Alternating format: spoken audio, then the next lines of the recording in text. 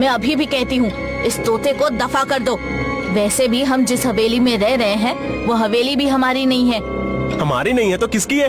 मत भूलो कि इस तोते ने तुम्हें जमींदार चौधरी के खेत में उसके पुरखों का गड़ा हुआ धन निकालने की सलाह दी थी, जिसकी वजह से तुम इतने अमीर हुए हो। और अब ये बेटी की जगह बेटे की सलाह दे रहा है। मुझे तो ये तोता फूटी आँख नहीं सुहाता। अपनी पत्नी चमकी की बात सुनकर मोहन गुस्से से आग बबूला हो गया। बकवास बंद करो चमकी। इतना बोलकर मोहन तोते की ओर देखकर बोला, क्या तुम ये चमत्कार कर सकते हो कि मेरे यहाँ एक पुत्र हो? हाँ हाँ, क्यों नहीं, मैं एक जादुई तोता हूँ। इतना बोलकर तोते की आंखों से सफेद रंग की किरणें निकलने लगी। अचानक चमकी बेहोश हो गई। तोता मोहन की ओर देखकर बोला, अब तुम्हारा पुत्र ही होगा।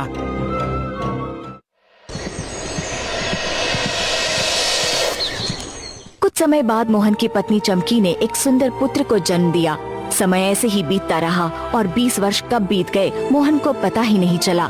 मोहन का पुत्र विवेक अब जवान हो चुका था, जो दिन भर आवारागर्दी करता और जुआ खेलता रहता। एक दिन मोहन की पत्नी, जो अब बूढ़ी हो चुकी थी, मोहन से बोली, तुम विवेक को समझाते क्यों नहीं? दिन भर आवारागर्दी करता रहता है और अब तो वो जुआ भी खेलने लगा है। तुमने सही कहा चमकी, मैं काफी दिनों से विवेक को डांटने के बारे में ही सोच रहा हूँ। मोहन ने इतना कहा ही था कि तभी वो तोता उड़ते हुए फिर से वहाँ आ पहुँचा और मोहन की ओर देखकर बोला, तुम मूर्ख के मूर्ख ही रहोगे मोहन। क्या मतलब है तुम्हारा? अरे तुम्हारा बेटा जुआ खेलता है, लेकिन शायद तुम्हें ये नहीं मालूम कि वो जुए में हमेशा जीतता है। अगर तुम उसका जुआ खेलना बंद करवा दोगे तो फिर धन आना बंद हो जाएगा। तोते की बात सुनकर चमकी क्रोधित होते हुए बोली, बकवास बंद करो जादुई तोते। हमारे पास धन की आखिर क्या कमी है जो हम अपने बेटे को गलत कामों में डालें?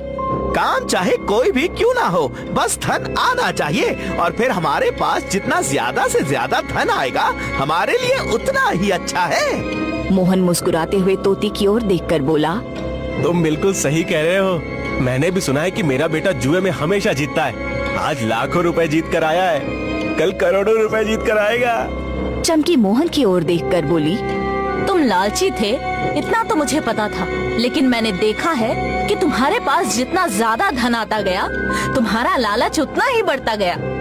लालच का कोई अंत नहीं होता चमकी। और फिर मोहन तो जानता है कि लालच का फल कितना मीठा होता है।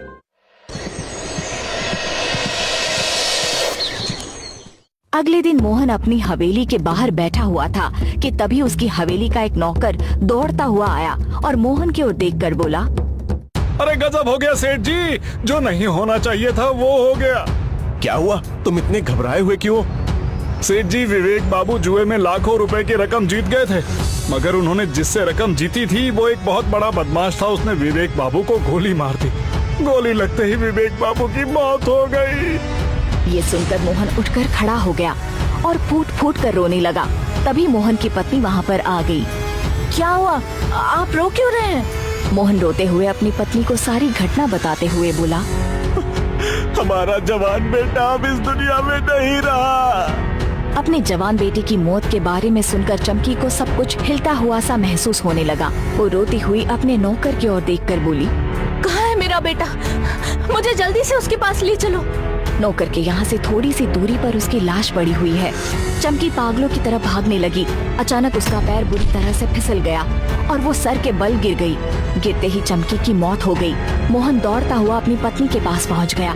उसे मृत अवस्था में देखकर मोहन को सब कुछ घूमता हुआ नजर आने लगा। मोहन बेहोश हो गया और उसे 10 दिन के बाद होश आया।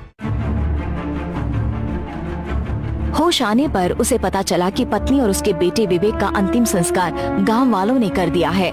मोहन की अवस्था पागलों जैसी हो गई। तभी वो जादुई तोता मोहन के पास आकर बोला, अब मेरे जाने का समय हो गया है। तुम भी मुझे छोड़कर जा रहे हो तोते?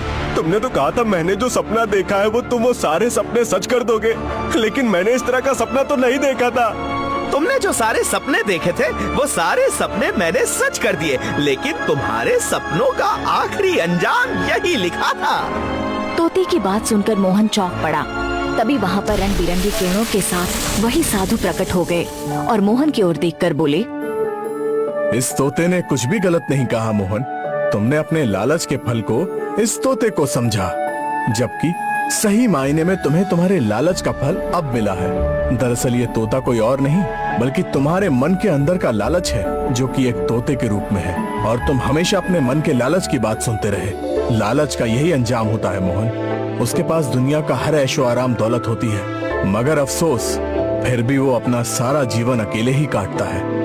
आज तुम्हारे पास सब कुछ है, लेकिन तुम्हें अपनी जान से ज्यादा प्रेम करने वाली तुम्हारी पत्नी आज तुम्हारे साथ नहीं है, और तुम्हारा पुत्र जिसकी असमय मौत हो गई। अगर तुम अपने लालच की बात न सुनकर अपने मन के अंदर की बात सुनते, आज तुम्हारे साथ ये सब कुछ ना होता और तुम आज खुश होते। इतना बोलकर साधु और तोता वहाँ से गायब हो गए। मोहन समझ चुका था कि उसे उसके लालच का असली फल मिल चुका था।